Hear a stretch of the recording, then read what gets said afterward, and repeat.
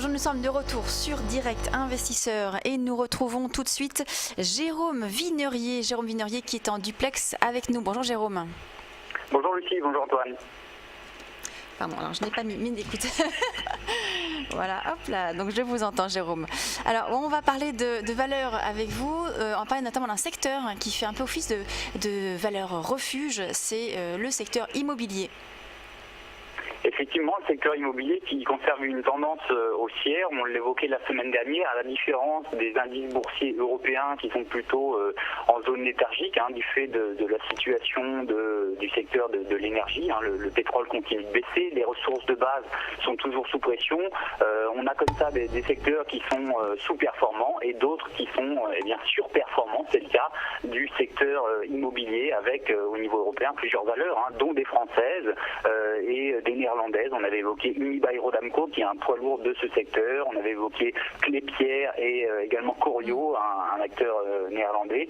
Ces titres enchaînent les séances de hausse et font clairement partie des valeurs qui pourraient continuer de progresser ces prochaines séances, et ce en dépit d'un contexte plutôt morose pour les actions européennes en attendant justement davantage d'éléments concernant la politique de la Banque Centrale Européenne ou la situation de politique de la Grèce. D'accord, donc on poursuit, vous estimez là qu'on peut poursuivre un investissement sur des valeurs comme Unibail que vous citez?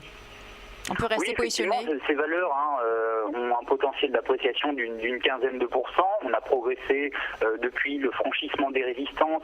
Je vais revenir sur Corio tout d'abord, puisqu'on a eu un signal avec une configuration graphique de continuation en tasse à décance qui donne des probabilités de 75 à 80% de réussite. On n'est pas sur des plus hauts historiques sur cette valeur, mais on a néanmoins un potentiel d'appréciation significatif pour se rapprocher de la zone des 50 €. Ça date de 2008, on est actuellement à 43,65 €, donc vous voyez que le potentiel d'appréciation est encore de 12%.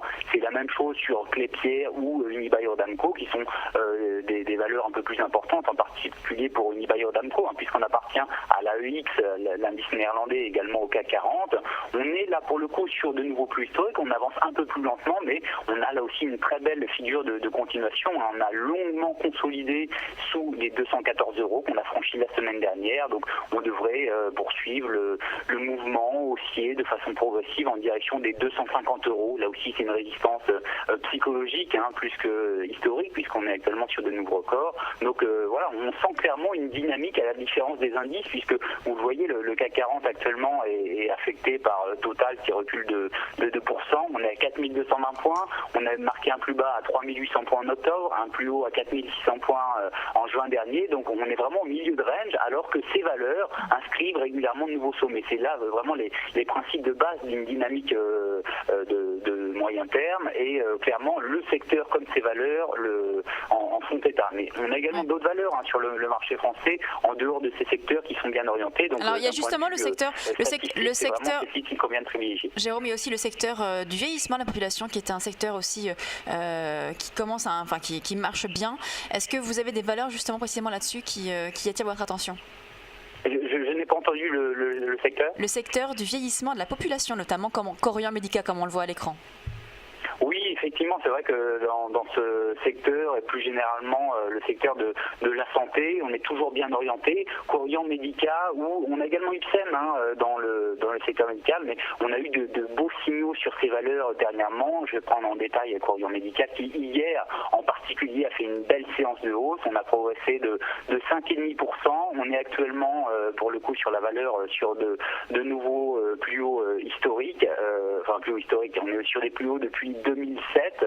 On a en ligne de mire la zone des 34 €. On est actuellement à 31 €. Donc là aussi, on peut viser encore une dizaine de pourcents au cours des prochaines semaines. Ce qui est vraiment intéressant, là, ce que l'on retrouve en termes de psychologie, de dynamique, c'est qu'on a franchi un palier horizontal, la zone des 30,30 €, comme sur les valeurs foncières dont on devait parler il y a quelques instants. Et ça, généralement, quand on a un signal de qualité comme c'était le cas hier, c'est précurseur d'une nouvelle phase d'ascension. Donc on peut être confiant sur ces valeurs, et en termes de probabilité, on a de fortes chances de voir ce type de configuration poursuivre cette dynamique. Alors je vais élargir cette lecture sur d'autres valeurs françaises dans différents secteurs. On a également Téléperformance performance, une valeur toujours très forte qui surperforme. Et puis Norbert d'Entresangles, là c'est le transporteur qui bénéficie donc pleinement de la baisse des cours du pétrole. On a eu un beau signal hier en franchissant une zone de résistance à 123,20 € qui libère aussi un potentiel de 15 à 20% à moyen terme.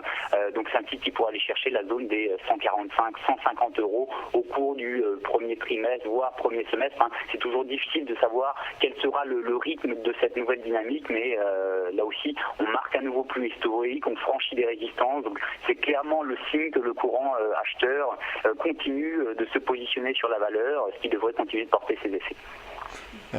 Sinon, Jérôme, vous avez parlé également d'une autre valeur qui appartenait au secteur de la santé, c'est Ipsen.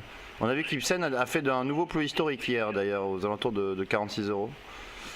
Oui, Ipsen fait partie, comme justement Corian Medica, dans ce secteur de la santé, des titres bien orientés, à la différence de Sanofi qui avait souffert il y a quelques semaines justement avec les problèmes de gouvernance. On a ici, d'un point de vue graphique, un nouveau signal avec le franchissement des récents plus hauts, 43,30 €. On avait un niveau qui donnait lieu à des dégagements, des prises de bénéfices. On a fini par franchir ce niveau. Hier, on a gagné 3,5%. Donc c'est sûr, quand on voit une hausse de 3,5% alors que le CAC 40 progressait de 1,18% seulement, c'est comme Corian Medica, c'est vraiment des signes de force. Surtout quand on clôture sur les plus hauts de la séance, ça fait vraiment partie des valeurs à privilégier. Alors il y en a peu sur le marché français, mais ces différentes valeurs mentionnées font clairement état des valeurs qui devraient progresser, et ce en dépit des hésitations sur l'indice CAC 40. Alors c'est vrai que vous nous avez parlé, donc, pour récapituler, des valeurs, donc Unibail, Klépierre, Corian, Norbert d'Entresangles et Téléperformance. Ce sont aujourd'hui les valeurs qu'il faut privilégier selon vous actuellement? Parmi ces valeurs, là encore, tout dépend du profil de l'investisseur. Si on recherche des valeurs qui présentent un profil de sécurité, on aura tendance à chercher les plus fortes capitalisations comme Unibail Rodamco. Si en revanche on recherche des valeurs potentiellement plus dynamiques ou un plus fort potentiel d'appréciation, on pourra aller sur les valeurs qui ont les capitalisations les plus faibles généralement. Donc toutes les configurations graphiques se valent en termes de probabilité statistique. On a des très très belles figures de continuation, des débordements de résistance. Si on n'a pas parmi ces valeurs de nouveaux plus historiques sur toutes, on a néanmoins des plus hauts depuis plusieurs années. Donc ça montre là aussi l'intérêt du courant acheteur pour ces titres. Donc voilà, on peut faire une sélection. Ensuite, si on recherche la sécurité, on prendra les valeurs qui ont les plus fortes capitalisations. D'accord, merci beaucoup Jérôme Vignerier, donc analyste indépendant. On va marquer une pause et on se retrouve dans quelques instants pour la suite de Direct Investisseur.